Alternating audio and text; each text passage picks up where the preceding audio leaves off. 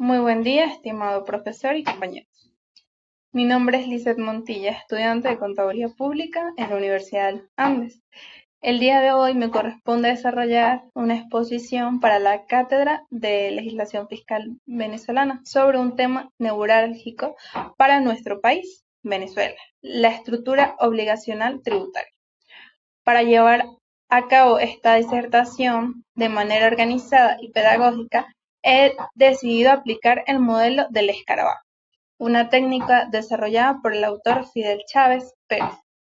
Como pueden observar en pantalla, esta metodología me ha permitido colocar en el centro de nuestro análisis el núcleo del tema y a partir de allí extraer 6 bloques semánticos o patas que nos guiarán paso a paso. Haremos un recorrido que inicia en el nacimiento del tributo hasta llegar a las consecuencias de su incumplimiento actual.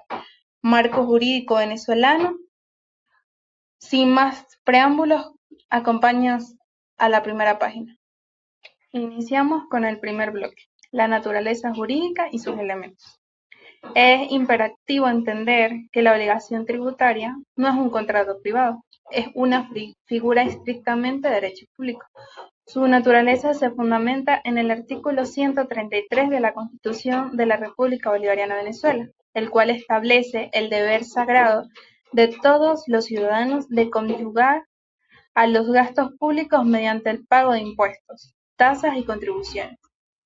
Decimos que es un vínculo, es decir, que nace única y exclusivamente por mandato de la ley. El Estado no nos pide permiso para cobrarnos, nos lo impone mediante su poder de imperio. Para esta obligación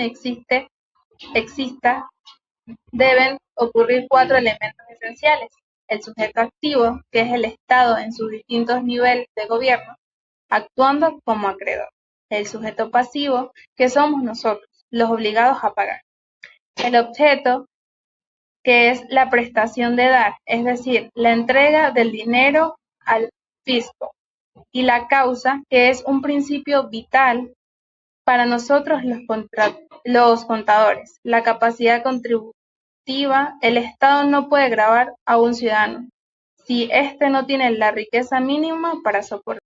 Avanzamos a nuestra segunda primicia, el hecho imponible.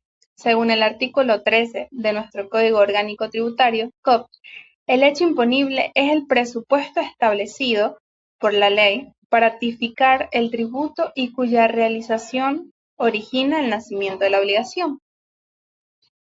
En palabras más sencillas, es el detonante jurídico. Para garantizar la seguridad jurídica del ciudadano, la ley debe describir de forma exacta qué acciones genera el impuesto. Esto se divide en varios aspectos. El aspecto material, ¿qué se hizo? Por ejemplo, vender mercancía o ganar un sueldo. El aspecto personal, ¿quién lo hizo? El aspecto espacial, ¿dónde se hizo? Vital por nuestro principio de territorialidad. Y el aspecto temporal, ¿cuándo ocurrió? Cuando a nuestra realidad comercial, si analizamos el IVA, el hecho imponible se perfecciona en el momento exacto en que se emite la factura por la venta de un bien o servicio. Si no hay una venta facturada, simplemente no ha nacido la obligación. Así de estricta debe ser la interpretación tributaria. Llegamos a la tercera fase de nuestro escarabajo, donde debemos diferenciar a los actores del lado del deudor. En el derecho tributario es un error conceptual llamar contribuyente a todo el que paga un impuesto al señor. El Código Orgánico Tributario nos exige ser muy precisos en esta clasificación. Por un lado, tenemos al contribuyente, que está definido en el artículo 22. Este es el titular de la riqueza. Es la persona, ya sea natural o jurídica, respecto de la cual se verifica el hecho imponible. En palabras sencillas, es el que genera el enriquecimiento o realiza la venta desde su propio bolsillo. Pero por otro lado, el Estado creó una figura estratégica para asegurar la recaudación, el responsable, tipificado desde el artículo 26 al 39 del COP. El responsable es una persona que no generó la riqueza, pero que por mandato expreso de la ley está obligada a cumplir la obligación propia. Dentro de los responsables, las figuras más importantes en la economía venezolana son los agentes de retención y los agentes de percepción. Pongamos un ejemplo práctico. Cuando una empresa grande le paga un servicio a un profesional independiente, la empresa está obligada a retenerle un porcentaje del impuesto sobre la renta. El profesional es el contribuyente al que le quitaron el dinero, pero la empresa actúa como responsable ante el fisco. La empresa solo es un intermediario que custodia ese dinero. Y ojo con eso, que es vital para nosotros los administradores y contadores. Existe la figura de los responsables solidarios en el artículo 28. Esto incluye a los directores, gerentes o administradores de la empresa. Si la empresa retiene el IVA o el impuesto sobre la renta y no lo entrega al SENIAT, el Estado puede ir contra el patrimonio personal de esos directores. Así sería la estructura de los... Nuestra cuarta pata aborda las excepciones a la regla general, los beneficios fiscales. El derecho tributario no solo sirve para quitar riqueza, también sirve para hacer política económica. No todo hecho generado termina obligatoriamente en el pago de un tributo.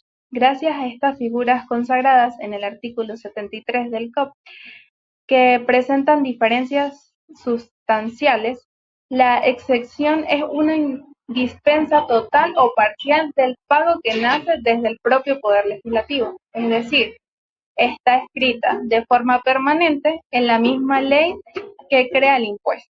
Por ejemplo, la ley del impuesto sobre la renta exime del pago a las instituciones sin fines de lucro, fundaciones o cooperativas, porque su fin no es el lucro mercantil, sino el bienestar social.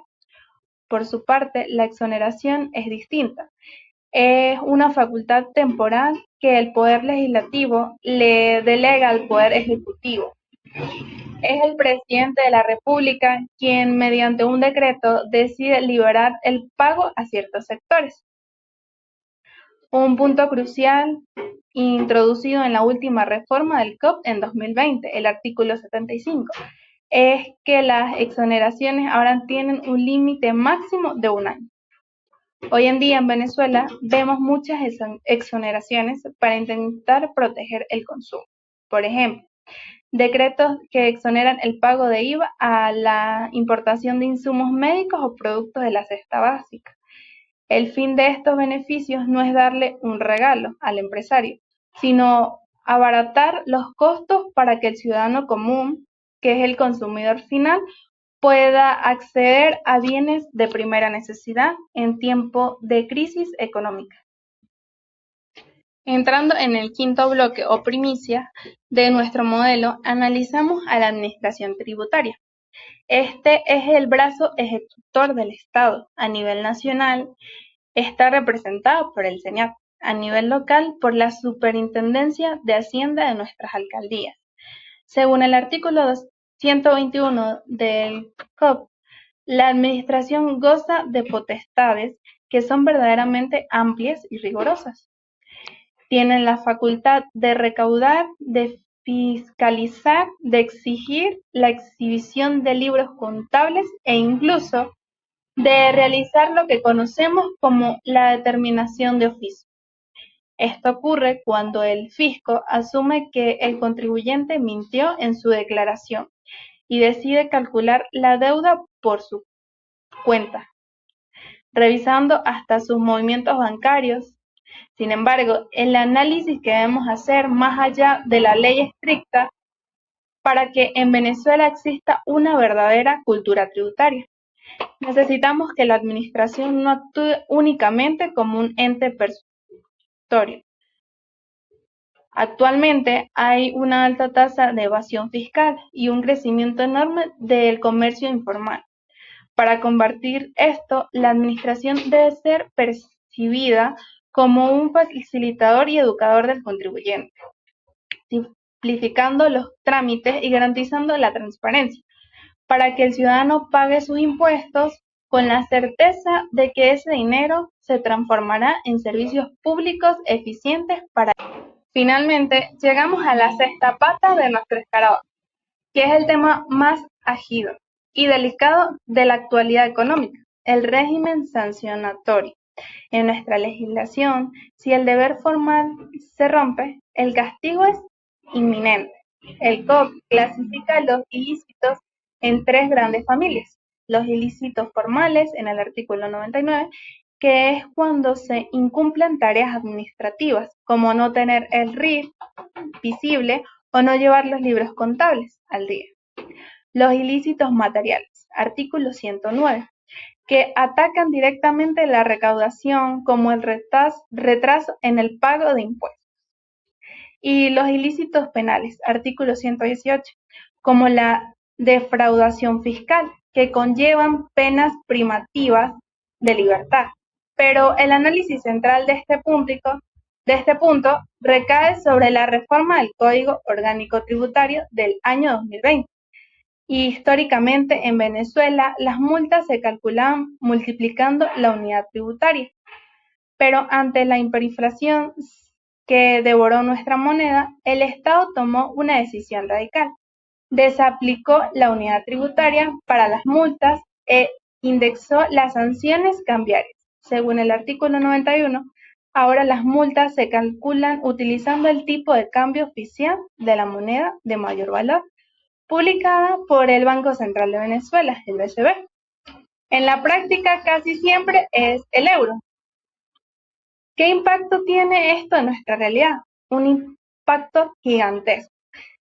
Si un comerciante comete un error formal en una factura, su multa no son unos pocos bolívares, son cientos de euros que deben pagar al cambio oficial del día. Esto genera un gran debate jurídico sobre el principio de no confiscatoriedad. Las sanciones tienen un carácter tan punitivo que para las pequeñas y medianas empresas una multa puede significar la descapitalización total y el cierre definitivo del negocio o empresa. A modo de conclusión, luego de haber tamizado y desarrollado este tema, comprobamos que la estructura obligacional tributaria es la columna vertebral del funcionamiento del Estado venezolano.